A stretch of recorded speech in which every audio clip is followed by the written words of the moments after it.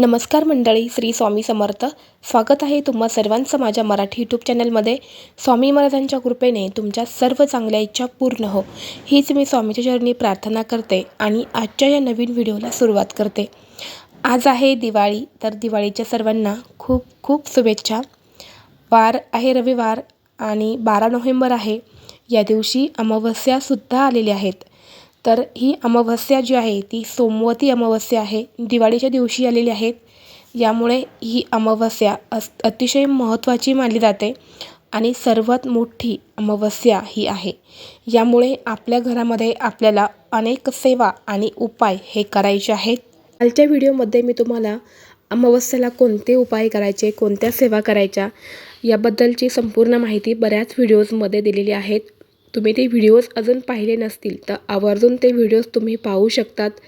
सर्व व्हिडिओ जे आहे ते अतिशय महत्त्वाचे आणि माहितीपूर्ण आहेत. आजच्या व्हिडिओमध्ये सुद्धा मी तुम्हाला एक अतिशय प्रभावी उपाय सांगणार आहे. कारण अमावस्या आहे आणि अमावस्येच्या दिवशी आपल्या घरामध्ये हा एक उपाय झालाच पाहिजे. अशी एक वस्तू ही आपल्याला संध्याकाळी घरातून बाहेर फेकायची आहे. यामुळे 7 पिढ्यांचं दारिद्र्य हे नष्ट होईल. आपल्या घरातल्या मुलांची, पतीची अगदी भरभरून प्रगती होईल. असा हा अत्यंत प्रभावी उपाय मी तुम्हाला आजच्या व्हिडिओमध्ये सांगणार आहे. त्यामुळे व्हिडिओ हा शेवटपर्यंत नक्की पहा आणि जर तुम्ही चॅनलवरती नवीन असाल तर चॅनलला सबस्क्राईब करा. असेच माहितीपूर्ण व्हिडिओ पाहण्यासाठी बेल आयकॉनलाही प्रेस करा. म्हणजे जेव्हा कधी मी नवीन व्हिडिओ अपलोड करेल त्याचं नोटिफिकेशन सर्वात अगोदर तुम्हाला भेटेल आणि तुम्ही एक पण व्हिडिओ मिस करणार नाही. तर पहा, हा उपाय जो आहे तो उपाय आपल्याला आपल्या घरातले दोष दूर करण्यासाठी, त्याचप्रमाणे आपल्या घरातल्या मुलं जे असतात ते मुलांचे नजरदोष दूर करण्यासाठी, घरातलं दारिद्र्य दूर करण्यासाठी हा उपाय आपल्याला करायचा आहे. तर आपल्या घरातल्या जे व्यक्ती असतात त्यांनासुद्धा दोष लागत असतात. मग हे दोष कसे लागतात? ती व्यक्ती घराच्या बाहेर गेल्यानंतर आपले अनेक शत्रू असतात. तर ते आपल्याबद्दल वाईट करण्यासाठी भरपूर प्रयत्न करत असतात.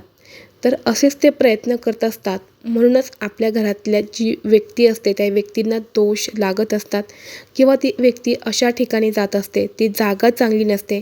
त्या जागेवरती एखाद्या व्यक्तीचा अचानक अपमृत्यू झालेला असतो. त्याच जागेवरती व्यक्ती जात असते. कधीकधी फोनवर पण बोलत असते. फोनवर बोलत असताना समोरच्या व्यक्तीला म्हणते, हां ठीक आहे, चला येऊ का, असं म्हणत असते. चला, तर अशा वेळी तिथे निगेटिव्हिटी जी आहे ती त्या व्यक्तीसोबत आपल्या घरापर्यंत येत असते. त्याचप्रमाणे आपल्या घरातही आपण भांडणं झाले की भरपूर काही अपशब्द बोलत असतो, नको ते, त्याचीही निगेटिव्हिटी आपल्या घरामध्ये साचत असते. लहान मुलांना बाहेरून एखादी व्यक्ती आली की ती व्यक्ती येऊन गेल्यानंतर मुलं अचानक रडायला लागतात, चिडचिड करायला लागतात, त्यांनाही दोष लागत असतात. घरामध्ये पैसाच टिकत नाही. कष्ट मेहनत करतो पण पैसा टिकत नाही. घरातून जास्त प्रमाणामध्ये पैसा खर्च होतो. आपल्याकडे आज 50,000 आले की उद्या सकाळी काहीतरी अडचण येते आणि ते 50,000 पुन्हा निघून जातात. अशा अनेक अडचणी ज्या आहेत त्या आपल्या घरामध्ये येत असतात. या अडचणी दूर करण्यासाठी आपल्याला हा उपाय करायचा आहे. तर बघा, हा उपाय तुम्हाला संध्याकाळी करायचा आहे. संध्याकाळी 6 वाजल्यानंतर हा उपाय तुम्हाला करायचा आहे. तर बघा, तुम्हाला काय करायचं आहे, जे काळे तीळ असतात ना, पांढरे आणि काळे असे तिळाचे 2 प्रकार असतात. तर तुम्हाला जे काळे तीळ असतात ते चिमूटभर तुम्हाला काळे तीळ तुम्हाला घ्यायचे आहेत. यानंतर खडं मीठ जे असतं ते खडे मीठ तुम्हाला थोडंसं घ्यायचं आहे, चिमूटभर. आता खडे मीठ नसेल तर बारीक मीठ घ्या, परंतु तुमच्या घरामध्ये खडे मीठ हे नेहमी असायलाच हवं. जरी तुम्ही वापरत नसेल ना तरीसुद्धा एका काचच्या बरणीमध्ये थोडंसं खडे मीठ आणून ठेवत जा. ते ठेवल्यानेही सुद्धा आपल्या घरातले दोष दूर होत असतात.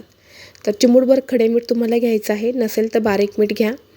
यानंतर जी पिवळी मोहरी असते ना, पूजेमध्ये वापरतो बघा आपण ती पिवळी मोहरी, तर ती पिवळी मोहरी तुम्हाला घ्यायची आहे. नसेल तर काळी मोहरी तुम्ही घेतली तरीसुद्धा चालेल. यानंतर 3 लवंगा आणि 3 वेलदोडे तुम्हाला घ्यायचे आहेत. या सर्व वस्तू तुम्हाला घ्यायच्या आहेत आणि या वस्तू घेतल्यानंतर सर्वप्रथम या वस्तू तुम्हाला तुमच्या देवघरावरून उतरवून घ्यायच्या आहेत. कारण देवांनासुद्धा नजर लागत असते. ज्या घरामध्ये देवांना नजर लागते त्या घरामध्ये दोष तयार व्हायला सुरुवात होत असते. म्हणून आपल्याला पहिला देवघरावरून उतरवून घ्यायचे आहेत 7 वेळा. यानंतर आजारी व्यक्ती असेल, लहान मूल असेल तर त्याच्यावरून सुद्धा तुम्हाला 7 वेळा उतरवून घ्यायचे आहेत. घरातली मुलं, शिकणारी मुलं असतील तर त्या मुलांवरून सुद्धा तुम्हाला उतरवून घ्यायचे आहेत. यानंतर तुमच्या घराचा जो शेवटचा कोपरा असतो त्या कोपऱ्यामध्ये तुम्हाला जायचं आहे आणि त्या कोपऱ्यातून तुम्हाला या वस्तू प्रत्येक भिंतीला टच करत करत तुम्हाला घेऊन यायच्या आहेत बाहेर. आता बाहेर आणल्यानंतर तुम्हाला तुमच्या घराच्या मुख्य दरवाजावरती जायचं आहे. तिथं गेल्यावर तिथूनही तुम्हाला घराच्या मुख्य दरवाजावरून 7 वेळा उतरवून घ्यायच्या आहेत. उतरवल्यानंतर त्या तुम्हाला तशाच घराच्या बाहेर घेऊन जायच्या आहे. बाहेर घेऊन गेल्यानंतर त्या तुम्हाला घराच्या दक्षिण दिशेला फेकून द्यायच्या आहेत. दक्षिण दिशा ही यमाची दिशा असते. त्यामुळे आपल्या घरातील सर्व इडापिडा, आपल्या घरातल्या व्यक्तींची इडापिडा ही आपल्याला दक्षिण दिशेला फेकून द्यायची आहेत. यामुळे सर्व दोष हे मुळासकट नष्ट होत असतात. आता घराच्या बाहेर दक्षिण दिशेला कळत नाही आहे, कोणती दक्षिण दिशा आहे समजत नाही, तर मग तुम्ही ह्या ज्या वस्तू आहेत त्या अशा ठिकाणी टाका की जिथे कोणाचा पाय पडणार नाही, हात लागणार नाही.